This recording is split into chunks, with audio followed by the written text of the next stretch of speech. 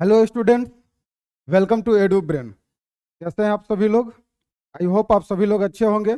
हम लोग class 12th का पॉलिटिकल साइंस डिस्कस कर रहे हैं। ये चैप्टर 1 है, कॉन्टेम्प्ररी वर्ल्ड पॉलिटिक्स। जो पार्ट 1 आपका बुक है उसका चैप्टर 1 जो है द एंड ऑफ बाइपोलैरिटी, तो हम लोग इसको डिस्कस कर रहे हैं। इसके ऊपर ऑलरेडी आपका 2 वीडियो बन चुका है, तो ये आपका पार्ट 3 है। पहले वीडियो में हमने डिस्कस किया था कि सोवियत सिस्टम क्या है, सोवियत सिस्टम्स में क्या क्या प्रॉब्लम्स आपका था।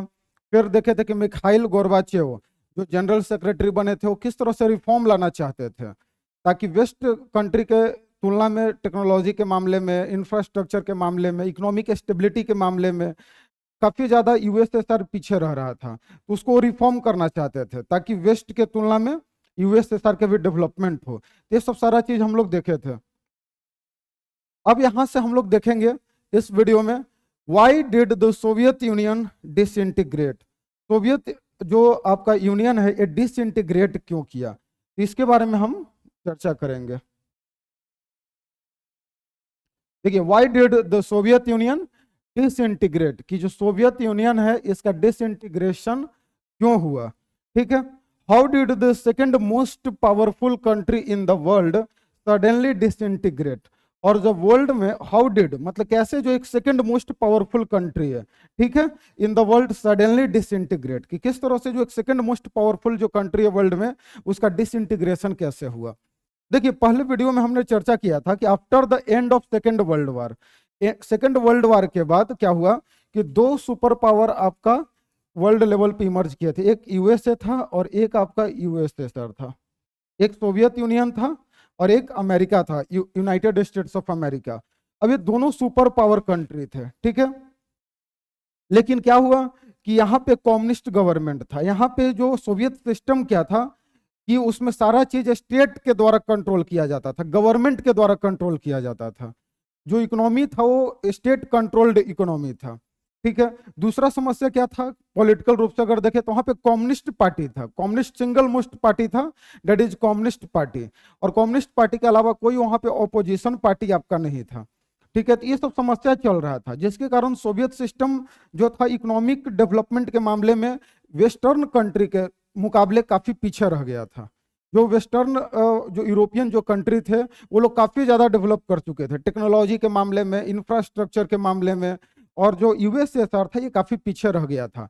तो जब 1985 में मिखाइल गोर्बाचेव जब जनरल सेक्रेटरी बनते हैं तो चाहते हैं कि रिफॉर्म करना, और रिफॉर्म बहुत सारे पॉलिसीज को इंट्रोड्यूस करते हैं ताकि वहां पे इकोनॉमिकली, पॉलिटिकली यूएसएसआर को काफी डेवलप बनाया जाए। तो इस तरह से हमने देखा था, लेकिन उसमें उनको सफलता नहीं मिलता है।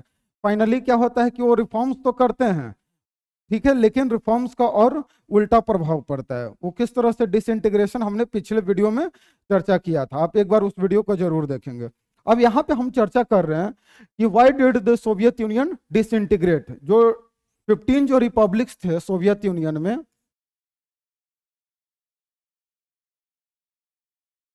जो ये जो सोवियत यूनियन है, सोवियत यूनियन कितना रिपब्लिक से मिलकर बना था? 15 रिपब्लिक से, मतलब 15 इसमें और छोटे छोटे जो भी देश हैं वो सब सोवियत यूनियन का पार्ट था। और ईस्ट यूरोपियन जो कंट्री थे वो भी, वहां पे भी कम्युनिस्ट पार्टी का रूल चलता था, मतलब सोवियत कंट्रोल में ही थे, ठीक है। लेकिन किस तरह से इसका डिसइंटीग्रेशन होता है इस हम लोग वीडियो में देखेंगे। और हाउ डिड, और किस तरह से जो यूएसएसआर है, अमेरिका के बाद जो सबसे पावरफुल जो आपका कंट्री था वर्ल्ड में, ये कैसे डिसइंटीग्रेट करता है, ठीक है। तो हमने सोवियत सिस्टम्स के प्रॉब्लम्स के बारे में देख लिया है। मिखाइल गोर्बाचेव जो रिफॉर्म्स जो लाना चाहते थे सेकंड वीडियो में वो देखा हमने, और अब थर्ड वीडियो में हम लोग और डिटेल से देखेंगे कि सोवियत यूनियन का डिसइंटीग्रेशन का कारण क्या है, ठीक है। अब आ जाइए अब यहाँ पे, अब यहाँ से हम लोग शुरू करेंगे, ठीक है। जो पहला पॉइंट है आपका कि there is no doubt that the internal weaknesses of Soviet political and economic institutions which failed to meet the aspirations of the people were responsible for the collapse of the system। अब इसमें क्या आपका बता रहा है कि Soviet system का जो कोलैप्स का जो कारण क्या था, what was the reason for the collapse. तो बता रहा है कि कोई डाउट नहीं है कि क्या था कोलैप्स का कारण, इंटरनल वीकनेसेस, ठीक है। अब इंटरनल वीकनेसेस मतलब जो आंतरिक जो आंतरिक रूप से जो कमजोर बन चुका था USSR, Soviet union internal weaknesses के कारण ये डिसइंटीग्रेट किया। अब इंटरनल वीकनेसेस में क्या था? तो there is no doubt that the internal weaknesses of Soviet political and economic institutions which failed to meet the aspirations of the people, ठीक है, were responsible for the collapse of the system। क्या बता रहा है कि कोई doubt नहीं है कि जिसमें इंटरनल वीकनेसेस था हमारे पॉलिटिकल और इकोनॉमिकल जो सिचुएशन था उसमें, ठीक है, इंस्टीट्यूशंस में, और इसके कारण क्या हो रहा था कि जो लोगों का एस्पिरेशन था, ठीक है, जो लोगों का जो एक महत्वाकांक्षा था, आकांक्षा था कि किस तरह से यूएसएसआर को और बेहतर बनाया जाए, जो लोगों का नीड था। अब कैसे नीड? इसको ऐसे समझिए, जैसे हमने चर्चा किया था कि वेस्टर्न जो कंट्री थे वहां पे काफी ज्यादा टेक्नोलॉजी के मामले में, इंफ्रास्ट्रक्चर के मामले में, इकोनॉमिकल कंडीशन काफी ज्यादा डेवलप कर चुका था। अब उसके तुलना में यूएसएसआर के लोगों को वो टेक्नोलॉजी नहीं मिल पा रहा था, ठीक है, वो इंफ्रास्ट्रक्चर नहीं मिल पा रहा था, तो लोगों का जो एस्पिरेशन था वो फुलफिल नहीं कर रहा था। और इसके कारण जो इंटरनल वीकनेसेस है किसमें? Soviet political and economics institutions में, जो लोगों के एस्पिरेशन को पूरा नहीं कर पा रहा था, and these are the responsible for the collapse of the system. फिर आगे देखेंगे, economic stagnation for many years led to the severe consumer shortage. अब consumer shortages and a large sections of the Soviet society began to doubt and question the system and to do so openly. अब हो क्या रहा था कि जो economic stagnation जो बहुत दिनों से चलता रहा था, ठीक है, इकोनॉमिक कंडीशन खराब था। अब इसको और डिटेल में हम लोग देखेंगे कि इकोनॉमिक स्टैग्नेशन क्यों था। इकोनॉमिक स्टैग्नेशन के कारण क्या हो रहा था कि वहां पे बहुत सारे जो नीड्स थे, जो लोगों का, जो बहुत सारा गुड्स और सर्विसेज जो लोगों का जो एस्पिरेशन था उसका शॉर्टेज हो गया था। वही ये पॉइंट यहाँ पे आपका बता रहा है कि इकोनॉमिक स्टैग्नेशन के कारण led to the severe consumer shortage, ठीक है, and large section of the Soviet society began to doubt, question the system and to do so openly। अब देखिए, किसी भी देश में अगर क्या होगा कि मान लीजिए किसी गुड्स का शॉर्टेज है, ठीक है, अब जो गवर्नमेंट है वो लोगों की जरूरत को फुलफिल नहीं कर रहा है और लोग उस चीज का डिमांड कर रहे हैं, और जो सरकार है कोई बहाना बना रहा है कि किसी भी तरीके से इसको मतलब वो टाल रहा है चीजों को, तो लोग तो आखिर डाउट करेगा, एक ना एक दिन लोग कितने देर तक वेट करेंगे। वही चीज आपका यहाँ पे हो रहा था कि इकोनॉमिक स्टैग्नेशन के कारण जो कंज्यूमर्स जो था, सीवियर कंज्यूमर शॉर्टेज होता है, और बहुत सारे समाज के जो लोग होते हैं वो अपने सिस्टम के ऊपर, जो सोवियत सिस्टम था उसके ऊपर डाउट करना शुरू कर देते हैं, ठीक है। तो इस तरह से सब सारा चीज हुआ यहाँ पे। फिर आगे देखिए, आगे और क्या समस्या था। Why did the Soviet become so weak and the economy stagnate? अब देखेंगे, अब यहाँ पे अब अभी हमने पढ़ा कि जो इंटरनल वीकनेसेस था, और इंटरनल वीकनेसेस के कारण क्या हो रहा है, ठीक है, इंटरनल वीकनेसेस के कारण क्या हो रहा था कि इंटरनल और जो पॉलिटिकल जो इंस्टीट्यूशंस थे वो काफी कमजोर हो चुका था, ठीक है। अब कमजोर होने के कारण वहां पे हमने देखा कि इकोनॉमिकल स्टेग्नेशन आ गया। अब why did the Soviet became so weak and why did the economy स्टेग्नेट?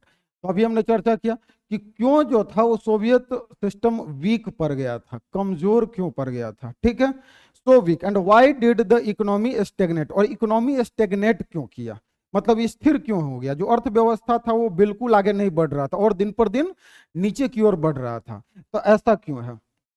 अब देखिए, अब इसका जो कारण है आपका यहाँ से, अब ये आपका कारण शुरू होता है, तो ये आपका फर्स्ट आपका रीजन है। क्या reason? Used much of its resources in maintaining a nuclear and military arsenal. अब ये पहला आपका कारण है। क्वेश्चन आप समझ रहे हैं, why did the system become so weak, जो सोवियत सिस्टम था ये क्यों कमजोर हो गया था, and why did the economy stagnate, और जो इकोनॉमी था वो क्यों स्थिर हो गया था। तो इसका कारण क्या बता रहा है कि यूएसएसआर क्या कर रहा था, ये जो सोवियत जो सिस्टम है,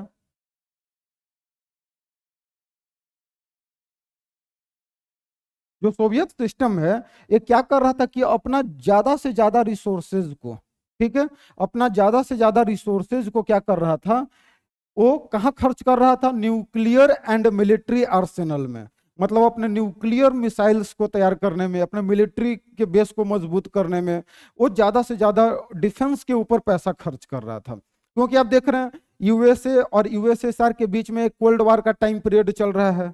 after the second world war, हमने ये पहले वीडियो में पढ़ा था कि ये कोल्ड वार एरा शुरू हो गया था, और कोल्ड वार एरा में दोनों कंट्री यूएसए और यूएसएसआर, ये दोनों कंट्री अपने आप को मजबूत बनाने का कोशिश कर रहे थे, और इस चक्कर में एक आर्म्स रेस वहां पे स्टार्ट हो गया था। क्या स्टार्ट हो गया था?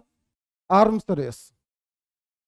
ठीक है, अब ये आर्म्स रेस में क्या हुआ कि यूएसएसआर जो है ये ज्यादा से ज्यादा रिसोर्सेज को कहां पे खर्च करने लगा? इन maintaining the nuclear and military Arsenal. ठीक है, अब हम ऐसे समझेंगे कि मान लीजिए हमारे घर में अब खाने को कुछ नहीं है, ठीक है, और हम अपना सुरक्षा के लिए बंदूक, राइफल, ये सब गोली के ऊपर ज्यादा खर्च करेंगे, तो ये क्या होगा? ये समस्या होगा। वही मान लीजिए जैसे अभी पाकिस्तान के बारे में हम लोग सुनते हैं कि पाकिस्तान में इन्फ्लेशन बहुत ज्यादा है, बहुत ज्यादा महंगाई है, बहुत ज्यादा वहां पे इकोनॉमिकल कंडीशन खराब है, इसके बावजूद भी वो अपने बजट का सबसे ज्यादा हिस्सा डिफेंस के ऊपर खर्च करता है। तो वही चीज यहाँ पे आपको यूएसएसआर कर रहा है कि used much of it resources in maintaining the nuclear and military arsenals. और दूसरा कारण क्या कर रहा है? And the development of it satellite state in the eastern Europe and within the Soviet system, the 5 central Asian republics in particular. अब यहाँ पे हमने देखा था कि किस तरह से आपका जो सोवियत सिस्टम है, सबसे पहला 2 कारण यहाँ पे देखिए बता रहे हैं। पहला कारण क्या है कि वो अपने रिसोर्सेज को कहाँ पे खर्च कर रहा है? Military, nuclear and military Arsenal पे खर्च कर रहा है। और दूसरा पैसा अपना कहाँ खर्च कर रहा है? तो डेवलपमेंट में। कहाँ खर्च कर रहा है? डेवलपमेंट में। और वो भी किसके डेवलपमेंट में? In the satellite states in the east European countries. मतलब जो ईस्ट जो यूरोपियन जो कंट्री थे उसके क्षेत्र को डेवलपमेंट में ज्यादा अपने रिसोर्सेज को खर्च कर रहा था। और साथ ही साथ जो आपका सेंट्रल एशियन जो रिपब्लिक्स था, सेंट्रल एशियन रिपब्लिक्स मतलब जो तजाकिस्तान है, कजाकिस्तान, उज्बेकिस्तान, ये सब जो एरिया है, यहाँ पे वो काफी ज्यादा पैसा खर्च कर रहा था, और अपने देश के लोगों के ऊपर, अपने और जो रीजन है वहां पे वो डेवलपमेंट का काम नहीं कर रहा था। आई होप आपको अब ये समझ में आ रहा होगा why did the systems become so weak and how did the economy stagnate. Economy stagnate क्यों कर गया? समझ में आ गया। पहला क्या कि वो अपने रिसोर्सेज को कहाँ खर्च कर रहा है? इन maintaining the nuclear and military Arsenal. और दूसरा कहाँ खर्च कर रहा है? In development of the satellite states, जो ईस्टर्न जो यूरोप है वहां पे खर्च कर रहा है। और साथ ही साथ जो सेंट्रल एशियन जो रिपब्लिक्स है वहां पे पैसा खर्च कर रहा है। And this led to a huge economic burden. अब इसके कारण जो यूएसएसआर जो सोवियत जो सिस्टम है, इसके ऊपर काफी ज्यादा एक इकोनॉमिक बर्डन आ जाता है। आई होप आपको क्लियर हो रहा होगा अब यहाँ से। ठीक है, मैं फिर से रिपीट कर रहा हूँ, अपने रिसोर्सेज को कहाँ खर्च कर रहा है? न्यूक्लियर एंड मिलिट्री आर्सेनल पे खर्च कर रहा है। और दूसरा डेवलपमेंट सबसे ज्यादा कहाँ कर रहा है? तो ईस्टर्न यूरोप में कर रहा है। और सेंट्रल जो आपका एशियन जो कंट्री थे, जो सेंट्रल एशियन जो रिपब्लिक्स थे, वहां पे खर्च कर रहा है। ठीक है, अब आगे हम लोग देखेंगे इसमें फिर। अब इस तरह से चल रहा था। At the same time the ordinary citizens became more knowledgeable about the economic advance of the West. अब इस तरह से ये सब तो चल रहा था। तो आप खुद अगर सोचेंगे कि मान लीजिए देश के किसी एक हिस्से में अगर बहुत ज्यादा डेवलपमेंट हो, ठीक है, और किसी एरिया में कोई डेवलपमेंट ना हो, तो क्या वहां के लोगों को पता नहीं चलेगा? ऑब्वियस सी बात है, पता चलेगा। या विश्व में अगर हम बात करें तो मान लीजिए किसी देश में कितना डेवलपमेंट हो रहा है, किस तरह से वो देश हमारे कंट्री से आगे है, हमारे देश के सभी नागरिकों को पता है। ठीक है, क्योंकि आज इंटरनेट का जमाना है, काफी ज्यादा लोग, आज ग्लोबलाइजेशन हो चुका है, तो जिसके कारण किस देश में किस तरह का टेक्नोलॉजी है, ये आज दुनिया के हर देश के सिटीजन्स को पता होता है।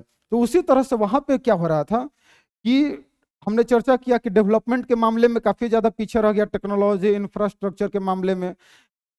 गुड्स का प्रोडक्शन तो किया जाता था, लेकिन उसका क्वालिटी उतना बेहतर नहीं होता था जितना बेहतर किसका होता था? वेस्टर्न कंट्री का। वही चीज यहाँ पे बता रहा है कि at the same time ordinary citizens became more knowledgeable about the economic advance of the West.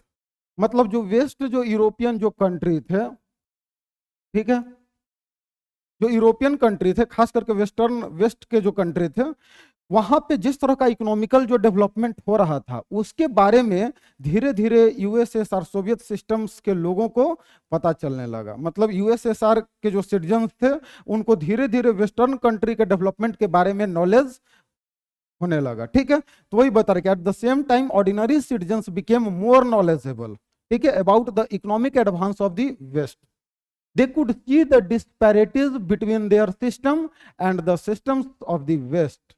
अब इस तरह से यहाँ पे बता रहा है कि अब धीरे धीरे वो लोग डिस्पैरिटीज को देखना शुरू किया था। दे कुड सी द डिस्पैरिटीज, अब जो डिस्पैरिटीज जो था, जो उनके सिस्टम में जो कमियां थे, ठीक ना, between their systems and the systems of the West, मतलब वेस्टर्न कंट्री, ठीक है, और जो सोवियत सिस्टम जो यूएसएसआर है, ठीक है, अब ये दोनों के बीच में वो सीधे सीधे डिफरेंसेस को देखना शुरू किए थे कि भाई हमारे जो सिस्टम है, जो सोवियत सिस्टम है, इसमें क्या क्या कमी है, और वेस्टर्न कंट्री में क्या क्या डेवलपमेंट हो रहा है, किस तरह का टेक्नोलॉजिकल डेवलपमेंट, इंफ्रास्ट्रक्चर के फॉर्म में डेवलपमेंट हो रहा था, और यूएसएसआर में कोई डेवलपमेंट नहीं हो रहा था। तो सोवियत सिस्टम के जो लोग थे यूएसएसआर के, इस डिस्पैरिटीज को आसानी से वो देख पा रहे थे। ठीक है, फिर आगे क्या बता रहे हैं कि after years of being told the Soviet system was better than the western capitalism, the reality of its backwardness came as a political and psychological shock. अब बहुत दिनों तक, जैसे अब सरकार किसी भी अपने नागरिकों से कितने दिन तक छिपाएगी किसी भी चीज के बारे में, वही चीज यूएसएसआर कर रहा था। यूएसएसआर हमेशा अपने नागरिकों को क्या बोल रहा था कि हम लोग वेस्टर्न के तुलना में काफी ज्यादा डेवलप हैं। ठीक है, लेकिन कितना देर तक चलेगा? देखिए, झूठ जो होता है बहुत दिनों तक नहीं चलता, एक ना एक दिन वो उसका पर्दाफाश होना है। तो वही चीज यूएसएसआर में हुआ। यूएसएसआर, क्योंकि देखिए युद्ध चल रहा है ना, कोल्ड वार का समय है, आप चीजों को देख सकते हैं, कोल्ड वार का टाइम है। ठीक है, अमेरिका और यूएसएसआर में चल रहा है कोल्ड वार। एक तरफ कम्युनिस्ट ब्लॉक है, कम्युनिस्ट का गवर्नमेंट है, और एक तरफ कैपिटलिस्ट का गवर्नमेंट है, कैपिटलिज्म है। अब दोनों अलग अलग विचारधारा, एक पूंजीवादी विचारधारा, एक साम्यवादी विचारधारा, कम्युनिज्म है। अब दोनों जो इकोनॉमी है, दोनों अपने आप को बेहतर दिखाने का कोशिश कर रहा है, क्योंकि वर्ल्ड के कुछ लोग यूएसएसआर को ज्वाइन कर रहे थे, कम्युनिस्ट ब्लॉक को ज्वाइन कर रहे थे, और कुछ लोग, सॉरी यहाँ पे हमने एक यूएसए है और एक यूएसएसआर। ठीक है, तो अब एक तरफ आपका कैपिटलिस्ट ब्लॉक, तो कुछ कंट्री कैपिटलिस्ट ब्लॉक को मतलब कैपिटलिस्ट ब्लॉक के साथ जा रहे थे, जुड़ रहे थे, और कुछ कंट्री किसके साथ जुड़ रहे थे? कम्युनिस्ट ब्लॉक के साथ। ठीक है, अब दोनों जो इकोनॉमी है, एक जो कैपिटलिस्ट इकोनॉमी है और एक जो कम्युनिस्ट इकोनॉमी है, एक में जहां पे स्टेट के द्वारा कंट्रोल किया जा रहा है सारा चीज, और एक में आपको फ्री है, फ्रीडम आपका है, मार्केट को फ्री कर दिया गया है। ठीक है, अब दोनों अपने आप को बेहतर दिखाने का कोशिश कर रहा है। अमेरिका अपने आप को कैपिटलिस्ट जो है, कैपिटलिज्म ज्यादा बेहतर है। यूएसएसआर अपने आप को कम्युनिज्म को बेहतर बनाने के चक्कर में बेहतर दिखाने का कोशिश कर रहा है। अब ये वार चल रहा है, यही आपका कोल्ड वार का समय था, और दोनों कंट्री अपने आप को बेहतर बनाने की कोशिश कर। लेकिन जो यूएसएसआर है वो टेक्नोलॉजी और इंफ्रास्ट्रक्चर के मामले में यूएसए से काफी, जो वेस्टर्न जो कंट्री थे उनसे काफी पीछे रह गया था। ठीक है, अब यहाँ पे देखिए कि after years of being told that the Soviet system was better than the western capitalism. अभी बहुत दिनों तक ये कहा जा रहा था कि जो सोवियत सिस्टम है बेटर इकोनॉमी है, समझ में आ रहा? Soviet system was better than the western capitalism. Western capitalism के तुलना में जो सोवियत सिस्टम है काफी ज्यादा बेटर है, लेकिन ये बहुत दिनों तक नहीं चल पाया। And the reality of its backwardness came as a political and psychological shock. और ये जो रियलिटी था, जो बैकवर्डनेस का, क्योंकि हम अभी देख रहे हैं, पिछले वीडियो में भी देखा कि किस तरह से यूएसएसआर, सोवियत कंट्रोल्ड जो रीजन था, सोवियत सिस्टम, वो किस तरह से टेक्नोलॉजी और इंफ्रास्ट्रक्चर के मामले में वेस्टर्न कंट्री के से काफी पीछे जा रहे थे। ठीक है, अब ये वहां के लोगों के लिए काफी साइकोलॉजिकल शॉक था। अब इस तरह से चल रहा था। फिर आगे देखिए, the Soviet Union had become,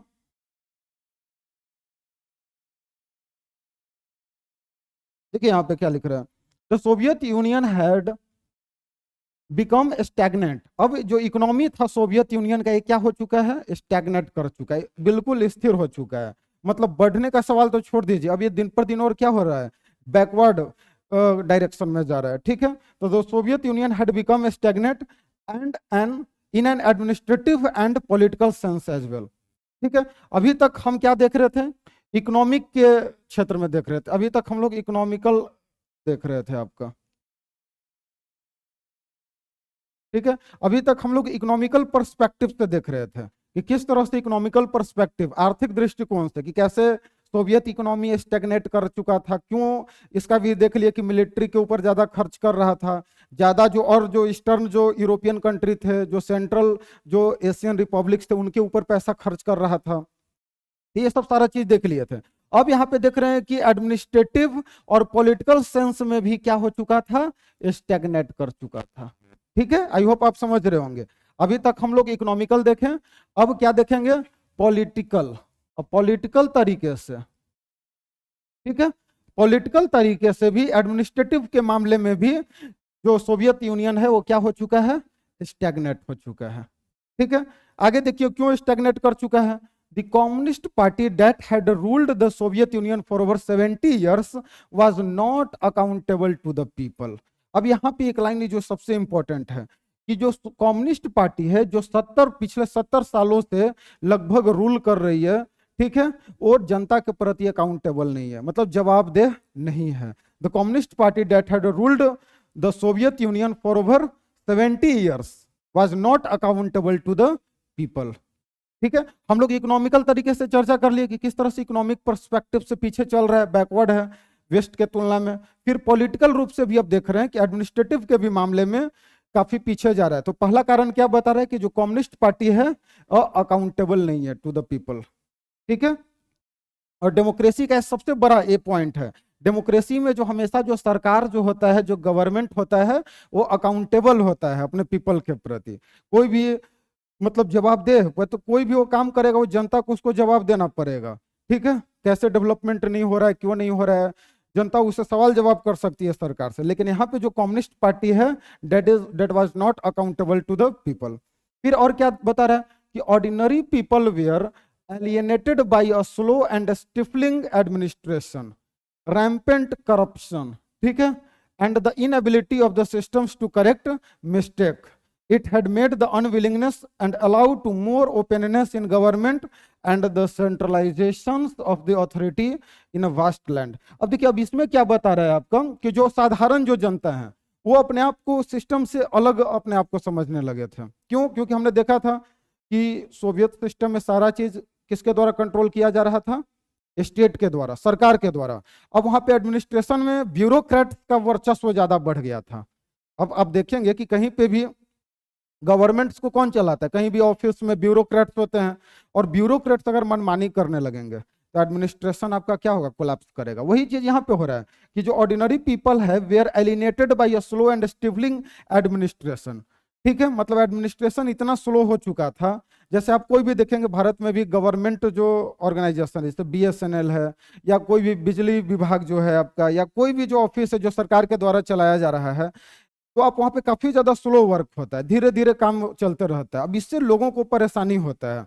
फिर क्या बता रहा है कि करप्शन बहुत ज्यादा हो गया था, रैम्पेट करप्शन। करप्शन मतलब भ्रष्टाचार बढ़ गया था, क्योंकि ब्यूरोक्रेट्स का कंट्रोल था, हर लोग परेशान थे, हर चीज में लोगों से पैसा लिया जा रहा होगा।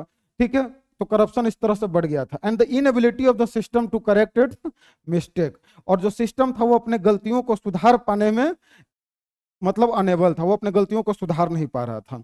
And the unwillingness to allow more openness in government, और गवर्नमेंट में ओपननेस एक नहीं ला पा रहा था। मतलब क्यों? क्योंकि देखिए आप याद कीजिए, कम्युनिस्ट पार्टी ही केवल रूल कर रहा था, वहां पे और कोई पार्टी नहीं था, तो कोई ओपोजिशन नहीं था। अब कम्युनिस्ट पार्टी में भी ब्यूरोक्रेट, करप्शन, ये सब, ट्रांसपेरेंसी नहीं था, तो ये सब के कारण लोग परेशान थे, और वो लोग सेंट्रलाइजेशन अथॉरिटी बहुत ज्यादा था, तो इस सब के खिलाफ लोगों का गुस्सा धीरे धीरे क्या हो रहा है, बढ़ रहा है। फिर आगे हम लोग देखेंगे अब इसमें क्या हो रहा है।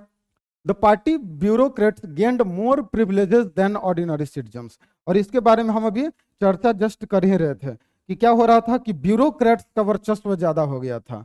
अब ब्यूरोक्रेट्स का वर्चस्व ज्यादा होने के कारण देखिए क्या हो रहा है, the party bureaucrats gained more privileges.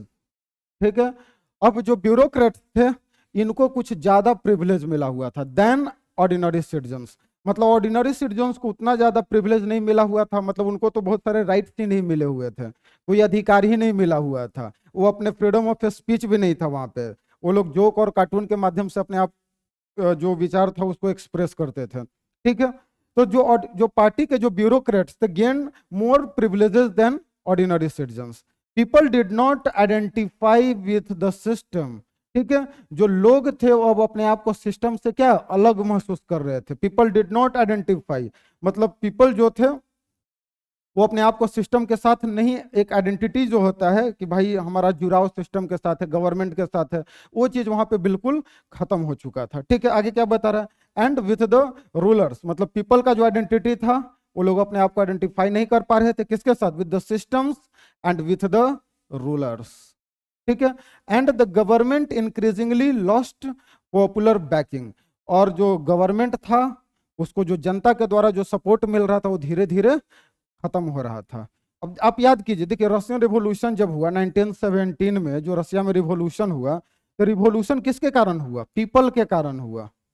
जो ऑर्डिनरी जो पीपल थे, जो वर्कर्स थे, जो फार्मर्स थे, जो रशिया के जो लोग थे, उनके द्वारा कम्युनिस्ट पार्टी को सपोर्ट किया गया था। मतलब कम्युनिस्ट पार्टी में ज्यादातर वही लोग थे, अंडर प्रिविलेज्ड लोग, जो वर्कर्स लोग, फार्मर्स लोग, यही लोग मिलकर रिवॉल्यूशन किया था। लेकिन कम्युनिस्ट पार्टी बनने के बाद फिर वहां पे किसका आपका रूल हो गया, ब्यूरोक्रेट्स का। और जो ऑर्डिनरी पीपल थे वो लोग धीरे धीरे क्या हुआ, उनको कोई प्रिविलेज नहीं दिया जा रहा था, कोई अधिकार नहीं दिया जा रहा था। तो इसीलिए जो गवर्नमेंट है इंक्रीजिंगली लॉस्ट पॉपुलर बैकिंग, और इस तरह से जो सरकार है, जो उसको एक पॉपुलर जो बैकिंग मिला हुआ था, जो एक सपोर्ट जो मिला हुआ था रसिया के लोगों के द्वारा, मतलब यूएसएसआर के लोगों के द्वारा, वो सपोर्ट क्या हो रहा है, खत्म हो गया। ठीक है, तो आई होप आपको ये सब समझ में आ रहा होगा। इस तरह से धीरे धीरे जो क्वेश्चन था उसको समझ रहे कि how the Soviet union disintegrate. ठीक है, सोवियत जो यूनियन जो है, सोवियत जो सिस्टम है, इतना बड़ा जो पावरफुल जो कंट्री है, ठीक है, वो कैसे वो अपना सपोर्ट खत्म, कैसे वो डिसइंटीग्रेट हुआ, ये सब हम लोग कारण पढ़ रहे हैं। फिर आगे देखते हैं हम लोग। अब यहाँ पे देखेंगे कि कुछ समय तक आपको याद होगा, जो पिछले वीडियो में हमने डिस्कस किया था कि गोर्बाचेव जो जनरल सेक्रेटरी बने थे। ठीक है, अब गोर्बाचेव 1985 में जनरल सेक्रेटरी बने थे।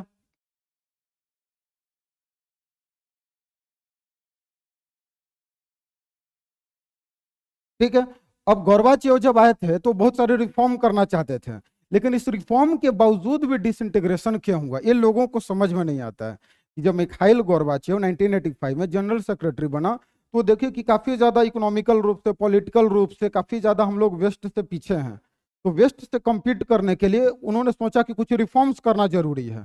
ठीक है, और रिफॉर्म्स तो उन्होंने पॉलिसीज बहुत सारी इंप्लीमेंट किया, लेकिन इसके बावजूद भी धीरे धीरे गोर्बाचेव अपने जो मकसद था उसमें कामयाब नहीं हो सके थे। तो क्यों, देखिए Gorbachev reforms promised to deal with this problems. अब ये जो प्रॉब्लम्स हम लोग पढ़ रहे हैं, ठीक है, ये सब प्रॉब्लम्स से डील करने के लिए प्रॉमिस किए। कौन प्रॉमिस किए थे, Gorbachev. Reforms promise to deal with this problems. अब ये जो भी प्रॉब्लम्स जो पढ़ रहे हैं, जो डिसइंटीग्रेशन का जो कारण है, इस सारे समस्याओं को हल करने के लिए उन्होंने प्रॉमिस किया। कौन प्रॉमिस किया, गोर्बाचेव। लेकिन इसके बावजूद भी ये चुनाव हार गए थे, इनका जो पॉपुलैरिटी था वो खत्म हो चुका था। ठीक है, Gorbachev promise to reform the economy, catch up with the West and loosen the administrative system. अब गोर्बाचेव क्या क्या प्रॉमिस किए थे कि भाई इकोनॉमी को रिफॉर्म किया जाएगा, अर्थव्यवस्था को बेहतर बनाया जाएगा, catch up with the West, West के साथ हम compete करेंगे, वेस्ट जो टेक्नोलॉजी है सबके मामले में इतना डेवलप कर चुका था, उससे हम लोग compete करेंगे। ठीक है, एंड एडमिनिस्ट्रेटिव सिस्टम्स को थोड़ा आसान बनाएंगे। जो अभी हमने देखा था कि किस तरह से ब्यूरोक्रेट जो है उसको स्पेशल प्रिविलेज मिला हुआ है, ऑर्डिनरी पीपल को कोई प्रिविलेज नहीं मिला हुआ है। इस तरह से वो चाह रहे थे कि एडमिनिस्ट्रेटिव सिस्टम्स को भी क्या किया जाए, आसान किया जाए।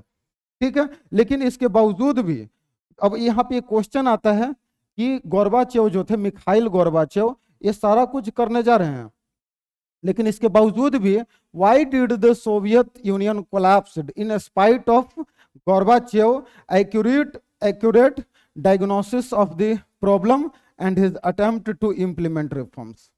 ठीक है, अब यही क्वेश्चन पूछ रहा है कि भाई गोर्बाचेव जो इस तरह का पॉलिसी का रिफॉर्म कर रहे हैं, किस तरह से हम लोग प्रॉमिस कर रहे हैं कि रिफॉर्म को इम्प्लीमेंट करेंगे, इकोनॉमी को बेहतर बनाएंगे, वेस्ट के साथ हम लोग compete करेंगे, इतना अच्छा टेक्नोलॉजी इंफ्रास्ट्रक्चर को डेवलप करेंगे। ठीक है, लेकिन इसके बावजूद भी सोवियत यूनियन कोलैप्स हुआ।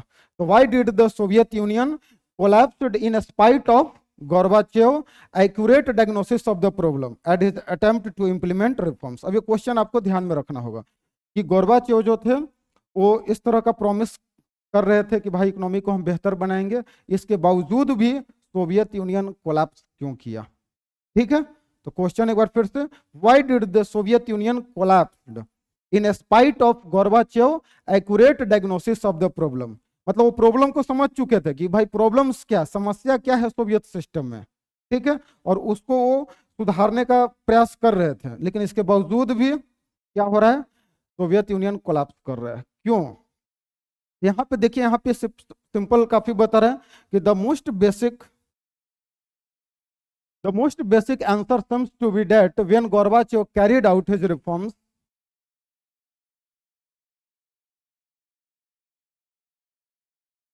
अब देखिए इसमें कारण क्या बता रहे हैं कि द मोस्ट बेसिक आंसर, अब इसका आंसर क्या है कि गोर्बाचेव क्यों फेल कर गए, क्यों वो रिफॉर्म्स करना चाहते थे, इसके बावजूद भी सोवियत यूनियन कोलैप्स हुआ। seems to be that when Gorbachev carried out his reforms and loosened the systems, he set in motion forces and expectation that few could have predicted and become virtually impossible to control.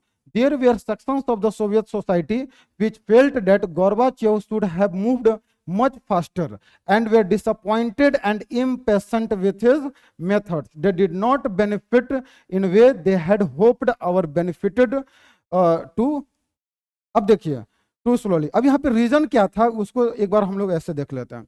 अब Gorbachev धीरे धीरे चीजों को reform करने का प्रयास कर रहे थे, लोगों को प्रॉमिस कर रहे थे कि अब हम लोग रिफॉर्म करेंगे, क्योंकि उन्होंने प्रॉब्लम्स के बारे में सॉर्ट आउट कर दिया कि सबसे पहले देखिए इंसान हम सुधार कब सकते हैं, जब हम अपने प्रॉब्लम्स को समझेंगे कि आखिर समस्या क्या है। आप डॉक्टर के पास जाएंगे दिखाने के लिए, तो डॉक्टर आपका इलाज कैसे करेगा, जब तक आप उसको समस्या नहीं बताएंगे। जब समस्या पता चल जाएगा तभी डॉक्टर इलाज कर सकता है। लेकिन हुआ यहाँ पे ये कि जो पेशेंट जो था वो जल्दीबाजी में था, वो इतना जल्दी में था कि जो डॉक्टर है वो समस्या समझ गया था कि आखिर भाई इस व्यक्ति के अंदर प्रॉब्लम्स क्या है, इस व्यक्ति का मतलब डिजीज क्या है। तो डॉक्टर डिजीज को पकड़ लिया था और धीरे धीरे उसका उपचार भी शुरू किया डिजीज को खत्म करने का, ठीक है। लेकिन जो रोगी था, जो पेशेंट था, वो काफी ज्यादा अपने धैर्य को खो चुका था। वही चीज यूएसएसआर के साथ हुआ, ठीक है। यूएसएसआर के जो लोग थे वो काफी ज्यादा disappointed and impatient with his method. अब देखिए गोर्बाचेव का जो प्रोसेस था वो धीरे धीरे हो रहा था। अब जैसे उसी तरह से जैसे डॉक्टर के पास आप गए दिखाने के लिए और आप अपने बहुत दिनों से वो बीमारी ठीक नहीं हो रहा है, अब डॉक्टर को पहले टाइम लगेगा डिजीज को पकड़ने में। अब गोर्बाचेव डॉक्टर वो डिजीज को डायग्नोसिस कर लिए कि आखिर डिजीज क्या है। अब उसका प्रॉमिस भी किया कि ठीक है भाई हम आपको ठीक कर देंगे। अब ठीक करने का दवा भी चलाने लगे, लेकिन क्या बता रहे हैं कि जो रोगी है वो काफी ज्यादा इम्पेशेंट हो चुका था, ठीक है, काफी ज्यादा डिसअपॉइंटेड हो चुका था। जो यूएसएसआर के जो लोग थे वो काफी ज्यादा डिसअपॉइंटेड हो चुके थे, अपने धैर्य को खो दिए थे, क्योंकि वो देख रहे थे कि वेस्ट किस तरह से तेजी से बढ़ रहा है, बहुत तेजी से उसका टेक्नोलॉजिकल और इंफ्रास्ट्रक्चर के मामले में डेवलपमेंट हो रहा है, और उस मामले में यूएसएसआर काफी पीछे रह गया है। तो इस चीज को गोर्बाचेव सही नहीं कर पाए। तो लोगों का यह मानना था he set in motion forces and expectation that few could have predicted and become virtually impossible to control। अब लोगों का जो एक्सपेक्टेशन था ये काफी ज्यादा बढ़ गया था, ठीक है। अब इसके कारण क्या हुआ कि सोवियत सोसाइटी के जो कुछ लोग थे वो चाहते थे कि जो गोर्बाचेव है should have moved much faster. अब ये लाइन आपको याद रखना है, ठीक है। लोग क्या चाह रहे थे कि जो गोर्बाचेव है should have moved much faster, मतलब और इनको तेजी से काम करना चाहिए, ठीक है। मतलब लोगों का एक्सपेक्टेशन बढ़ गया था, आप समझ रहे हैं। मतलब गोर्बाचेव के पॉलिसीज में कोई दिक्कत नहीं था, कोई डायग्नोसिस जो किए थे प्रॉब्लम्स में कोई समस्या नहीं था, लेकिन जो लोग थे उनका एक्सपेक्टेशन और काफी ज्यादा बढ़ गया था। और वो जो एक्सपेक्टेशन इतना ज्यादा बढ़ गया था तो लोग चाहते थे कि और जल्दी से रिफॉर्म को लागू किया जाए, और जल्दी से सुधार हो, तुरंत डेवलपमेंट हो। अब गोर्बाचेव के पास कोई अलादीन का चिराग तो था नहीं कि अचानक से एकदम धड़ाक से पूरा उस सिस्टम को सही कर दें। और वही तो लोग काफी ज्यादा डिसअपॉइंटेड हो चुका था और इम्पेशेंट, अपने धैर्य को खो दिया था, और लोग चाहते थे कि और तेजी से भाई समस्या हो। अब उसके साथ ये गोर्बाचेव का डिसीजन मिल नहीं पाया। अब इस तरह से फिर आगे देखिए यहाँ पे क्या होता है, other specially members of the communist party. और दूसरा समस्या क्या था कि जो कम्युनिस्ट पार्टी के जो कुछ मेंबर्स लोग थे, ठीक है, अब जो कम्युनिस्ट पार्टी के जो कुछ मेंबर्स थे, अब वो लोग नहीं चाहते थे कि जो ये गोर्बाचेव जो रिफॉर्म्स कर रहे हैं वो रिफॉर्म्स हो। अब यहाँ पे दो तरह का आपको याद रखना होगा, एक तरफ जो ऑर्डिनरी जो पीपल हैं, एक तरफ जो ऑर्डिनरी जो पीपल है, ठीक है, और एक तरफ जो कम्युनिस्ट पार्टी के जो मेंबर्स हैं, ठीक है। तो अब जो क्वेश्चन था हमारा कि गोर्बाचेव के जो रिफॉर्म्स के लिए जो प्रॉमिस किए इसके बावजूद भी सोवियत यूनियन डिसइंटीग्रेट क्यों किया, ठीक है। तो इसको दो तरीके से देख रहे हैं, एक जो पीपल है, जो ऑर्डिनरी पीपल है यूएसएसआर का, सोवियत सिस्टम का, और एक जो कम्युनिस्ट पार्टी के जो मेंबर्स थे, जो पीपल थे वो उनका एक्सपेक्टेशन काफी ज्यादा बढ़ गया था। वो चाहते थे कि तेजी से बदलाव हो, तेजी से तुरंत डेवलपमेंट हो, तेजी से तुरंत जो पॉलिटिकल जो रिफॉर्म्स है वो तुरंत हो, जो इकोनॉमिक जो स्टेबिलिटी जो स्टेगनेंट जो एक हो चुका था इकोनॉमी, वो तुरंत एकदम फास्ट इंक्रीज करने लगे। तो एक्सपेक्टेशन बढ़ गया था और वो लोग चाहते थे कि भाई बहुत और तेजी से हो। गोर्बाचेव धीरे धीरे काम कर रहे हैं, वो चाहते थे कि और तेजी से काम हो, तो इसलिए गोर्बाचेव से नाराज हो गए ऑर्डिनरी पीपल। और जो कम्युनिस्ट पार्टी के जो मेंबर्स थे ये इसलिए नाराज हो गए कि वो नहीं चाहते थे कि ये सब रिफॉर्म्स को इंप्लीमेंट किया जाए सोवियत सिस्टम में। मतलब सोवियत सिस्टम जैसे पहले से चलता आ रहा है, जिस तरह से ब्यूरोक्रेट्स का कंट्रोल है, कम्युनिस्ट गवर्नमेंट है, कोई अदर पार्टी नहीं है, वही सिस्टम चलते रहे। तो ये कौन चाहते थे? कम्युनिस्ट पार्टी के मेंबर्स। इसलिए गोर्बाचेव को पसंद नहीं करते थे। तो गोर्बाचेव जो थे बेचारे दोनों तरफ से लोगों ने उनको नेग्लेक्ट किया, ठीक है। तो वही चीज यहाँ पे बता रहे कि other specially members of the communist party, जो कम्युनिस्ट पार्टी के मेंबर थे, and those who served by the system, और जिसको सिस्टम से बेनिफिट हो रहा था, टूक एग्जैक्टली द अपोजिट व्यू। और ठीक जो पीपल, जो ऑर्डिनरी पीपल का जो व्यू था, इसके ठीक अपोजिट व्यू किसका था? Members of the communist party and who were served by the system. They felt that their power and privileges were eroding.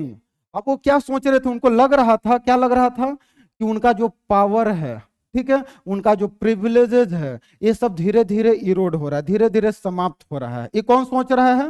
ये सोच रहा है कम्युनिस्ट पार्टी का मेंबर, ठीक है, या वो लोग जो सिस्टम से बेनिफिट हो रहे हैं, ठीक है। जैसे मोनार्की में आप फ्रेंच रिवॉल्यूशन ये सब पढ़े होंगे, आप याद कीजिए, फ्रेंच रिवॉल्यूशन, कोई भी रिवॉल्यूशन में जब तक सरकार मान लीजिए कहीं पे काम कर रहा है, तो जो कुछ लोग बेनिफिट हो रहे हैं सरकार से और कुछ लोग के लिए सरकार कोई काम नहीं कर रहा है, तो जो अब सरकार को चेंज करना कौन चाहेगा? जिसको कोई बेनिफिट नहीं हो रहा गवर्नमेंट से, वो चाहेगा कि सरकार बदल जाए। और जो बेनिफिट हो रहा है जो सेक्शन, वो कभी चाहेगा कि सरकार बदले। वही चीज यहाँ पे हो रहा है कि जो ऑर्डिनरी पीपल है, ठीक है, वो उनका अलग सोच था, और जो मेंबर्स ऑफ जो कम्युनिस्ट पार्टी है, इनका अलग थिंकिंग था, ठीक है। ये गोर्बाचेव के रिफॉर्म्स से इसलिए परेशान थे कि वो देख रहे थे कि हमारा पावर और प्रिविलेज धीरे धीरे क्या हो रहा है? इरोड हो रहा है, समाप्त हो रहा है। और जो पीपल इसलिए गोर्बाचेव से नाराज थे क्योंकि उनका एक्सपेक्टेशन काफी ज्यादा बढ़ गया था, ठीक है। फिर आगे देखिए हम लोग क्या देख रहे हैं, Gorbachev was moving too quickly, ठीक है। गोर्बाचेव जो है वो काफी जल्दी से बढ़ रहे हैं, ठीक है। अब जो पीपल का एक्सपेक्टेशन बहुत हाई था, तो पीपल सोच रहे हैं कि काफी स्लो चल रहे हैं, तो दोनों का अपोजिट व्यू था। And in this tug of war, और इसी युद्ध के बीच में Gorbachev lost support on all side, और गोर्बाचेव जो है उनका सपोर्ट खत्म हो जाता है। न पीपल उनको सपोर्ट करता है, न कम्युनिस्ट पार्टी के मेंबर सपोर्ट करते हैं। एंड डिवाइडेड पब्लिक ओपिनियन, और इस तरह से जो पब्लिक ओपिनियन है वो क्या हो जाता है? वो बट जाता है।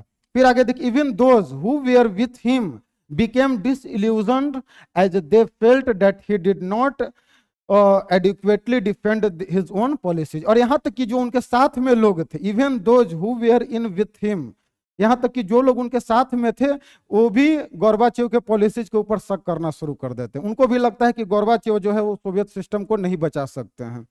आई होप आपको समझ में आया होगा ये क्वेश्चन, क्योंकि बहुत लोगों का समस्या होता है। लोग सोचते हैं कि भाई गोर्बाचेव जब रिफॉर्म्स करना चाहते थे, इसके बावजूद भी सोवियत यूनियन डिसइंटीग्रेट क्यों हो गया? तो हमने देख लिया, क्योंकि वो दोनों सब साइड से सपोर्ट उनका खत्म हो गया, कोई उनको सपोर्ट नहीं कर रहा था। He lost the popularity. क्यों? क्योंकि मेंबर्स नहीं चाहते थे, मेंबर्स का जो पावर है, जो प्रिविलेज, वो समाप्त हो रहा था, और जो पीपल का एक्सपेक्टेशन काफी ज्यादा हाई हो चुका था, तो उनको लगा कि ये काफी स्लो काम कर रहे हैं, और कम्युनिस्ट पार्टी के मेंबर को लग रहा था कि काफी तेजी से काम कर रहे हैं। इस तरह से ये सब सारा समस्या हुआ। फिर आगे हम लोग देखते हैं, अब इस तरह से डिसइंटीग्रेशन का जो ये प्रोसेस है ये काफी ज्यादा चल रहा है। फिर और आगे देखेंगे हम लोग, all this might not have led to the collapse of the Soviet Union. अब इसके अलावा, अब ये सब तो चल रहा है, डिसइंटीग्रेशन का कारण है, इसके अलावा भी आपका कुछ रीजन है जो सबसे मेन रीजन माना जा सकता है, ठीक है। Collapse of the Soviet union, जो सोवियत यूनियन जो कोलैप्स हुआ, जो डिसइंटीग्रेशन हुआ सोवियत यूएसएसआर का, इसका कारण हमने देख लिया, ठीक है। अब इसका एक और जो मेन कारण है वो लोगों का मानना क्या है, दैट इज नेशनलिज्म। अब देखिए यहाँ पे, at this all this might not have led to the collapse of the Soviet Union, but for another development that surprised most observers, indeed many insiders। अब क्या बोल रहा है कि ये सब चीज तो चल रहा है, लेकिन ये सब चीज के अलावा भी, ठीक है, वो कोलैप्स का कारण बना है। और वो कारण क्या है, that is the rise of nationalism, ठीक है। अब आई होप आपको समझ में आ रहा होगा, ये वर्ड हम अंडरलाइन करें, देखिए यहाँ पे, the rise of nationalism.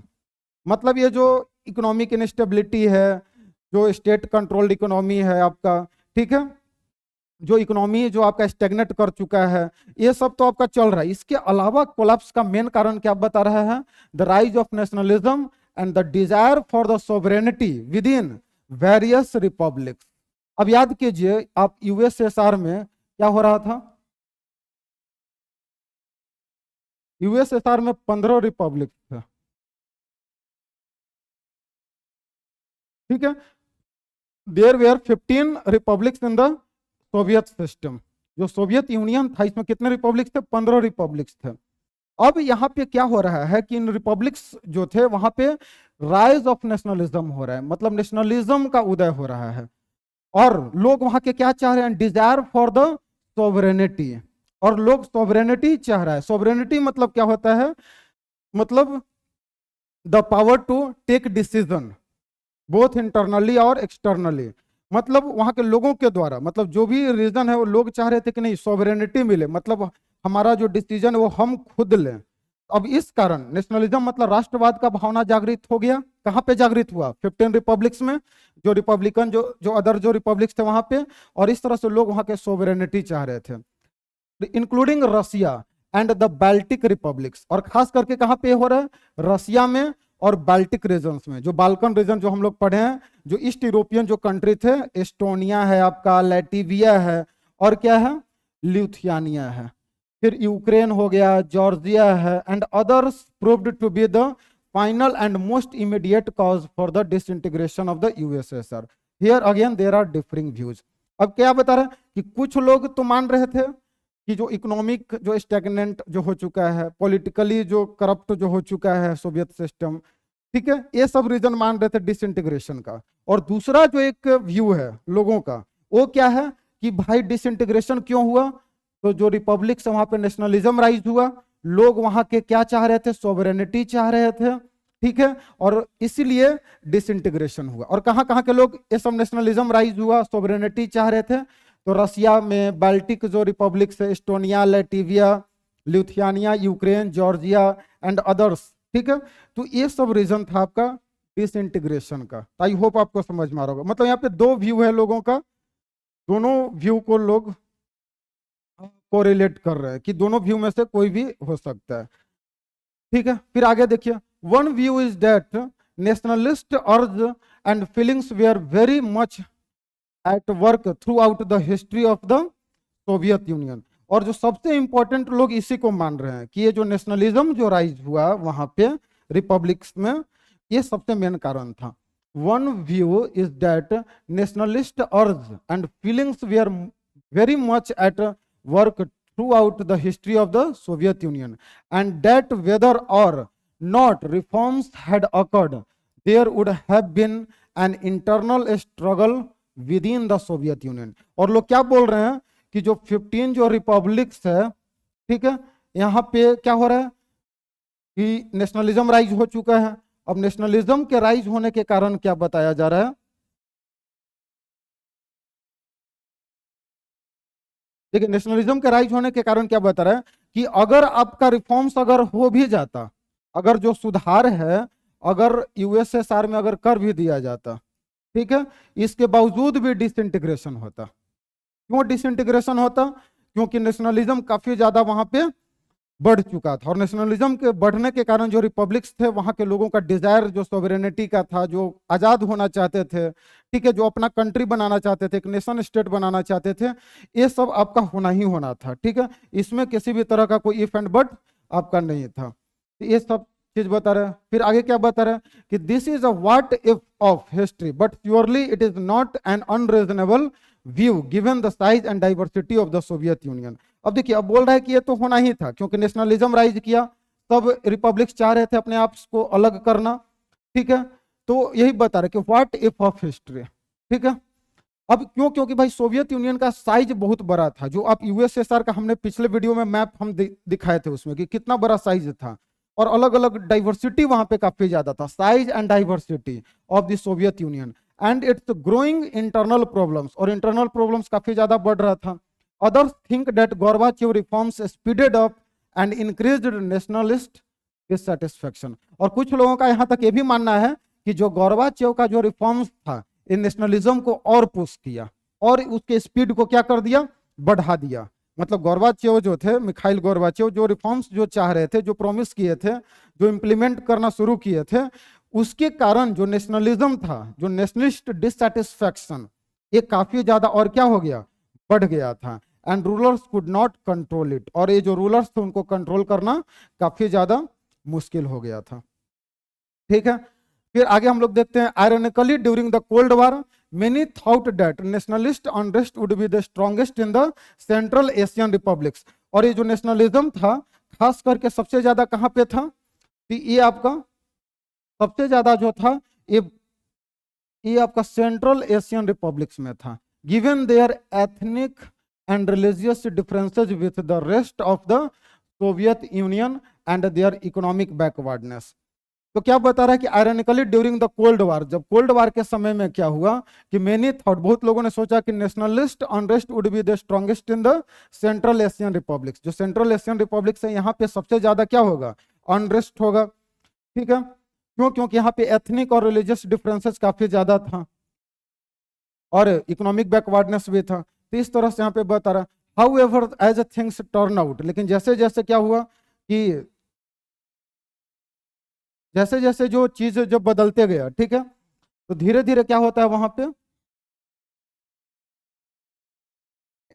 How ever as things turn out nationalist dissatisfaction, जो नेशनलिस्ट का जो डिससेटिस्फैक्शन था, जो नेशनलिज्म जो राइज कर रहा था, उनका जो एक असंतुष्टि जो था with the Soviet Union was strongest in the more European and prosperous part in Russia and other Baltic areas as well as Ukraine and Georgia। अब देखिए यहाँ पे क्या बता रहा है, हमने अभी पिछले पार्ट में क्या पढ़ा कि शुरुआत में लोगों को लगा कि जो नेशनलिस्ट जो है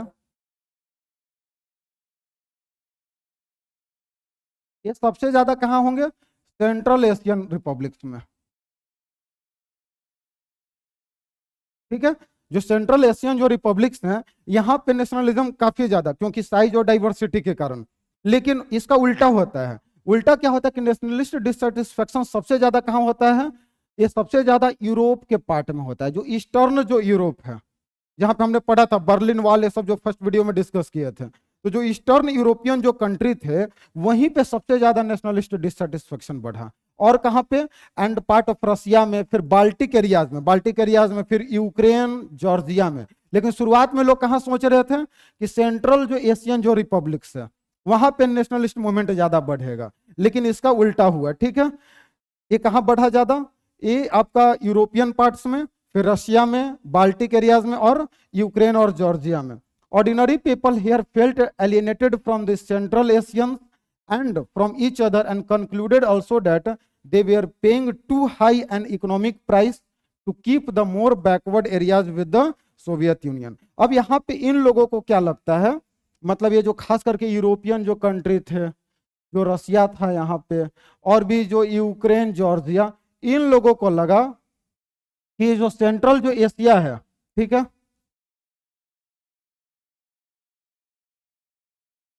अब ये सब इकोनॉमी के मामले में काफी ज्यादा बैकवर्ड स्टेट था।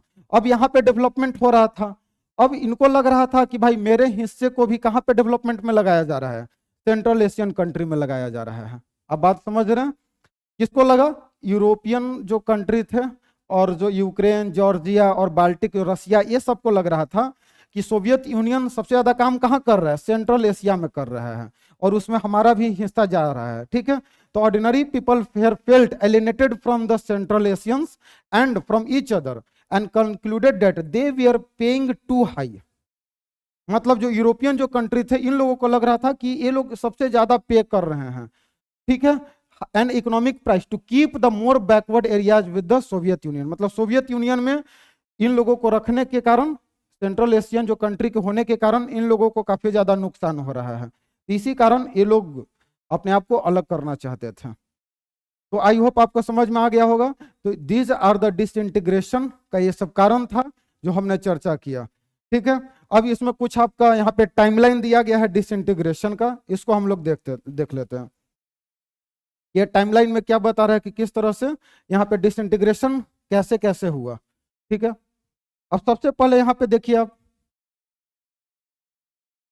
इन 1985 मार्च में, सबसे पहले 1985 मार्च में देखिए क्या होता है। Mikhail Gorbachev elected as the general secretary of the communist Party of the Soviet Union, appoints Boris और Yeltsin Boris as the head of the communist Party in Moscow.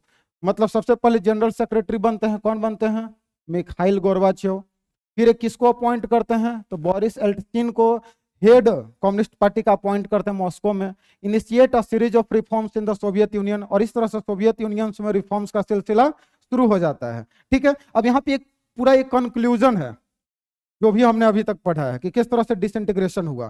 तो पहला पॉइंट आई होप आपको समझ में आ गया होगा। अब दूसरा पॉइंट क्या बता रहा है, इन 1988, ठीक 3 साल बाद, the independence movement begins in Lithuania, later spreads in Estonia and Latvia. 1988 में क्या हो रहा है, इंडिपेंडेंस मूवमेंट स्पीड हो गया। कहाँ स्पीड हो गया, लिथुआनिया में, एस्टोनिया में और लैटविया में। फिर 1989 अक्टूबर में क्या होता है, Soviet Union declares that the Warsaw Pact members were free to decide their own futures, Berlin Wall falls in November. और 1989 अक्टूबर में जो सोवियत यूनियन है डिक्लेयर करता है कि जो भी वार्सा पैक्ट के जो मेंबर हैं ये फ्री हैं अपने फ्यूचर्स को डिसाइड करने के लिए। और इस तरह से 1989 में ही नवंबर में बर्लिन वॉल को क्या कर दिया जाता है, गिरा दिया जाता है, जो हम पहले वीडियो में देखे थे। फिर 1990 फरवरी में क्या होता है, Gorbachev strips the Soviet communist Party of its 72 years long monopoly on power. और इस तरह से कम्युनिस्ट पार्टी का जो मोनोपोली था उसको रोका जाता है। Calling on the Soviet parliament Duma to permit multi party politics. और इस तरह से गोर्बाचेव क्या करते हैं 1990 फरवरी में कि सोवियत यूनियन के ऊपर जो कम्युनिस्ट पार्टी का जो मोनोपोली था, एकाधिकार था, उसको समाप्त करते हैं। और जो पार्लियामेंट है ड्यूमा, इससे अर्ज किया जाता है कि मल्टी पार्टी पॉलिटिक्स होगा। फिर 1990 मार्च में क्या होता है, Lithuania becomes the first of the 15 Soviet republics decide independence. और लिथुआनिया जो है सबसे पहले अपने इंडिपेंडेंस को क्या करता है, डिक्लेयर करता है। फिर 1990 जून में क्या होता है, Russian parliament declares it's independence from the Soviet union. सबसे पहले लिथुआनिया अपना इंडिपेंडेंस डिक्लेयर किया, फिर उसका रशिया जो पार्लियामेंट है अपने आप को सोवियत यूनियन से अलग कर लिया, ठीक है। अब फिर इसके बाद क्या होता है आगे, अब बस ये लास्ट अब है। फिर 1991 जून में क्या होता है,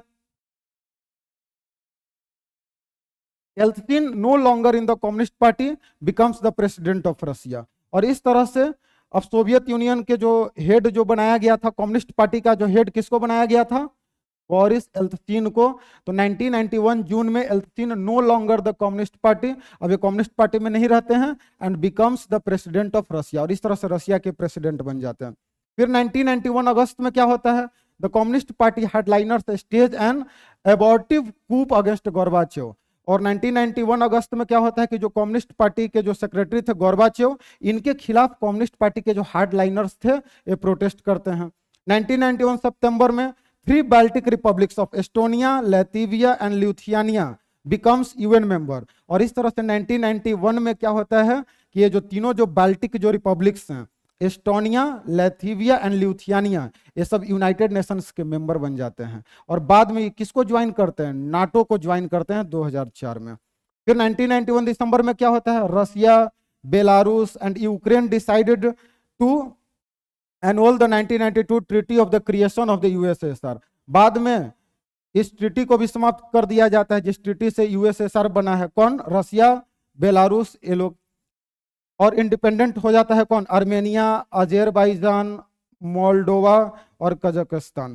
Kyrgyzstan, Tajikistan, Turkmenistan, Uzbekistan and the CIS, Georgia, ये सब बाद में सीआईएस को ज्वाइन करते हैं। ये सब सेंट्रल एशियन कंट्री हैं। Russia takes over the USSR seat in the United Nation, और फिर इस तरह से रसिया जो है यूनाइटेड नेशन के सीट्स को क्या करता है?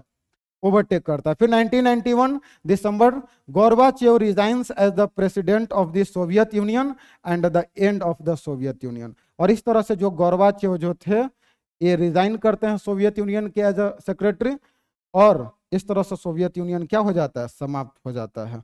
आई होप आपको ये जो दो पार्ट हम पढ़े यहाँ पे, ये सब क्या है, ये दोनों जो पार्ट पढ़े ये सब एक कंक्लूजन आपका है, ठीक है, कि किस तरह से डिसइंटीग्रेशन हुआ। आई होप आपको ये क्वेश्चन जो हम शुरू में पढ़े थे कि डिसइंटीग्रेशन क्यों हुआ सोवियत यूनियन का, तो आई होप आपको इस वीडियो में अच्छे से समझ में आ गया होगा। अब आगे का पार्ट हम लोग नेक्स्ट वीडियो में देखेंगे। बहुत बहुत धन्यवाद।